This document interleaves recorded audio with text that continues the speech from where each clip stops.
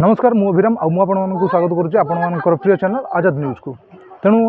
गत काली घटी घटना देखिपारे हरिकृष्ण जेना घरे जो घटनाटी घटी घर उपर जो नड़िया गछटी पड़ी क्षयक्षति होता तेणु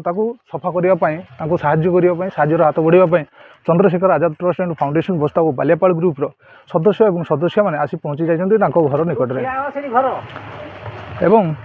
आपने देखिपे कि भाव में साहाय्यर कार्यक्रम चली साहाय्यर हाथ से केमी कि भाव में बढ़ी आसी पहुँची सफाई कार्यक्रम में लगी पड़ी।